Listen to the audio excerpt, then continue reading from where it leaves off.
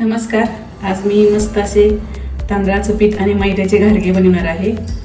तर त्यासाठी मी इथे 1 वाटी मैदा घेतलाय, अर्धी वाटी तांदळाचं पीठ घेतले, 1 वाटी गूळ घेतलाय, याच वाटीनं पाव वाटी रवा घेतलेला आहे, 1 चमचा तीळ घेतले आणि हा 2 चमचे खोबऱ्याचा पीस घेतलेला आहे. सगळ्यात अगोदर आपल्याला 1 वाटी गूळ आणि 1 वाटी पाणी हे उकळवून घ्यायचे.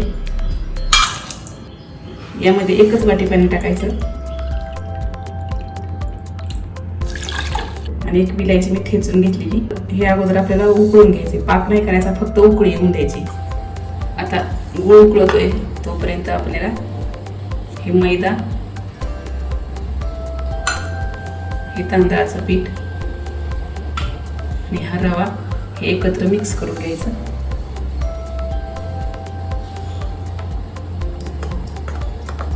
हे पीठ सगळे मी चाळून घेतलेले. आता या गुळाच्या पाण्याला आपल्याला उकळी आलेली आणि आपला गुळही विरघळ आहे. आता आपल्याला हे पाणी एका कढईमध्ये काढून घ्यायचं. कढई शक्यतो जाड बुडाची घ्यायची.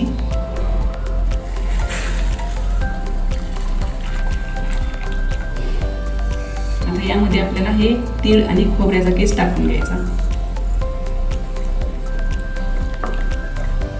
आणि या गुळाच्या पाण्यामध्ये आपल्याला मैदा आणि हे तांदळाचं पीठ आपण जे एकत्र केले ते हळूहळू टाकून हटवून घ्यायचं.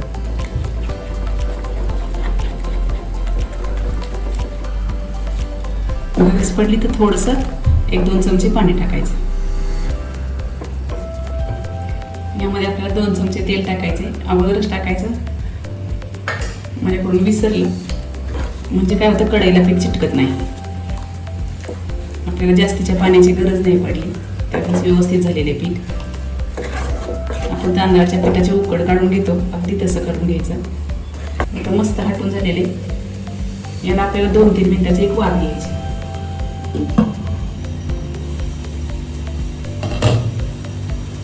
आता याला 2-3 मिनिटं वाफ आलेली, तर हे पीठ आपल्याला काढून घ्यायचं आणि एका ताटामध्ये थंड झाल्यावरती चांगलं मळून घ्यायचं. तर मी हे ताटामध्ये काढलेले, थोडंसं थंड होऊ द्यायचं, लगेच हाताला चटके बसतील. थोडं थंड झालं की तेल लावून हे आपल्याला चांगलं मळून घ्यायचं. तर हे आपलं पीठ थोडं थंड झालेले, थोडं हाताला तेल लावून घ्यायचं, चांगलं मळून घ्यायचं एकदम मऊ. आता हे पीठ आपलं तयार झालेले. आता याच्या आपल्याला छोट्या छोट्या पुऱ्या लाटून घ्यायच्या. इथे मी लाटायसाठी प्लास्टिक पेपर घेतलेला आहे.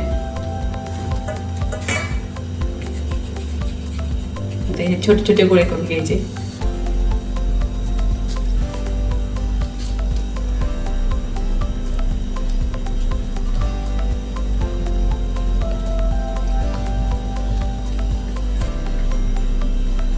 आता मी इथे 4 पुऱ्या लाटून घेतल्यात, ते आपण तळून घेऊ अगोदर. आता कढईमध्ये तेल टाकलेले,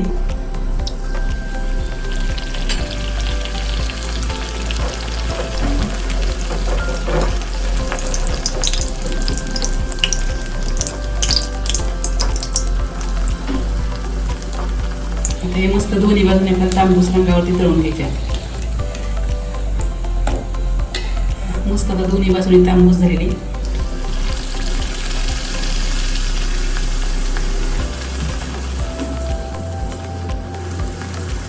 हे घारगे तांदळाच्या पिठामुळे एकदम कुरकुरीत लागते आणि एकदम चवदार असते. फक्त असे तांबूस रंगावरती भाजून घ्यायचे आणि याचा गॅस आपल्याला थोडासा मीडियम ठेवायचा. मस्त भाजले दोन्ही बाजूनी. एकदम कुरकुरीत असे तांदळाच्या पिठाचे आपले घारगे तयार आहेत. तुम्ही नक्की करून बघा.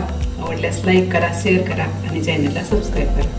हे घारगे तुम्ही मुलांना डब्यामध्ये सुद्धा देऊ शकता.